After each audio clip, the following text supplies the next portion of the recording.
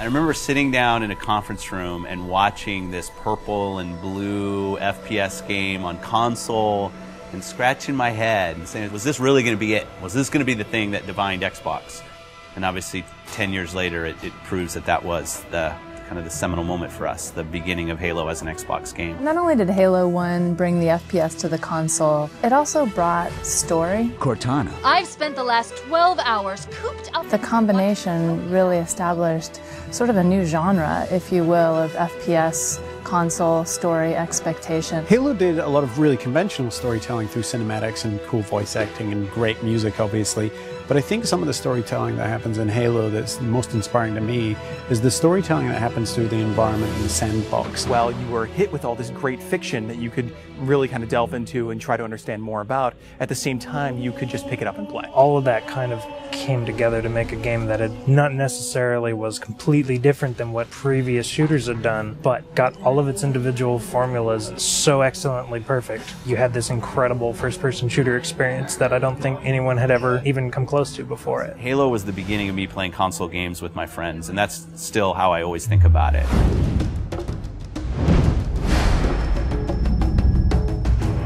I think people have been asking for a remake of Halo 1 since Halo 2 was announced. I like to go all the way back to the day that Xbox Live came out, and the demand for Halo 1 and the ability to play, say, co-op over Xbox Live kind of started, and it built up over the years and over the years. It was the perfect timing since the 10-year anniversary was coming up. It occurred to us that there's this entire generation of people who never played the original game. If you're an 18-year-old gamer today, you were 8 when Halo came out. We did due diligence on a number of partners. The number one requirement was that it didn't impact gameplay at all. You have a classic. You have something that's just magical, right? If you go and tinker with it, you're going to lose that magic. What we really needed was someone who could work with our existing physics and gameplay engine. Saber popped up really quickly. They're like, yeah, we can do this. We can make the game look like a current generation game, and we can do it by using the original Halo 1 engine. The gameplay in Halo 1 is what's called deterministic. In other words, if you feed the engine the same input, the game will behave in the same way. And if you can apply this principle across a network, you can have two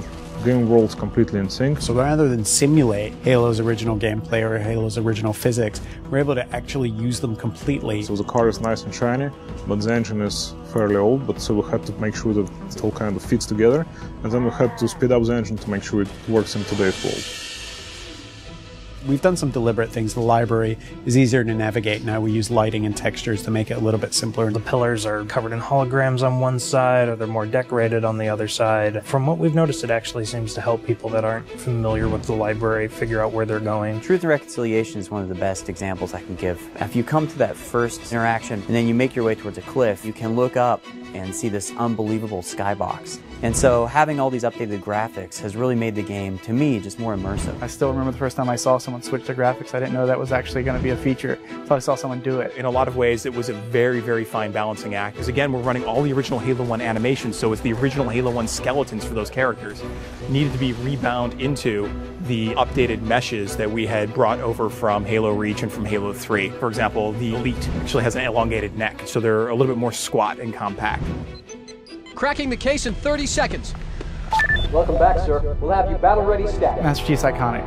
And he has to look like a hero, and he has to look just right. Chief's armor was a tough process. We went back and forth on that for a long time. Originally, we were using Mark V armor that's built in the multiplayer component of Reach. We just kept coming back, and it just didn't look like Master Chief. The first stuff we put out around E3, I think the forum reaction was instantly, Chief looks wrong, his visor's too big, the color's all wrong. Some people thought we were doing it intentionally as a retro. If you saw the original Chief from like 1999 era, he had a really tall, very matte reflective helmet. It actually looked similar to that. The thing about this group working on this project is that we are very, very passionate about getting this right. We iterated on that probably 6-7 months before we finally got a final Chief's armor that I think looks awesome. One of the #1 asks that we had for a Halo remake was we want co-op over live. The original Halo 1 campaign experience had already been designed for cooperative play.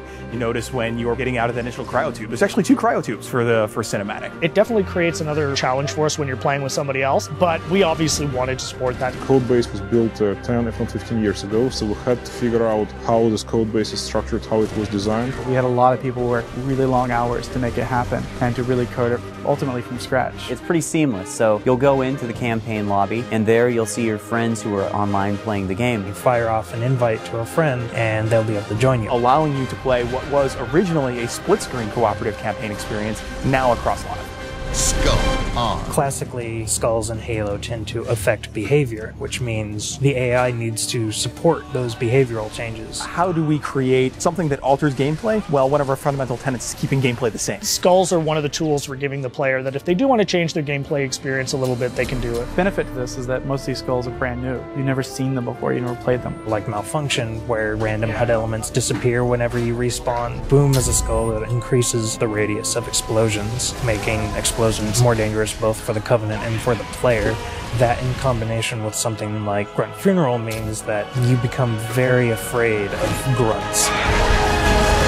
We must continue. This way, please. There are a few features that got into the game that turned out better than we expected, and 3D is probably the #1. It was unexpected, it was a bonus, and I don't see 3D very well, but it really worked for me. So for some reason it just pops in Halo in a way that it doesn't in other games or even movies.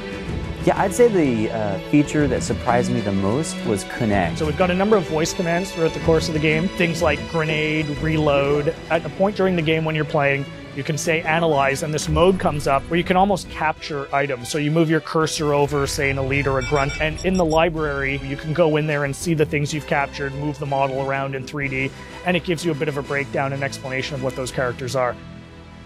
For me, when I think about Halo, I think about looking around and just the scope and the scale of everything. This is the game that started it all, and people can really dive in and play and remember what it was like to play it 10 years ago, and if you didn't play it 10 years ago, you can see what it was like 10 years ago. It's the quintessential walk down memory lane with a much better visuals. Ultimately, the thing you learn is it doesn't just look modern, it feels completely modern. Completely remastered campaign, great additional features like co-op over live, skulls, terminals, 3D, Connect, and multiplayer. Once you see it for yourself, I don't know, really, it's a pretty awesome experience.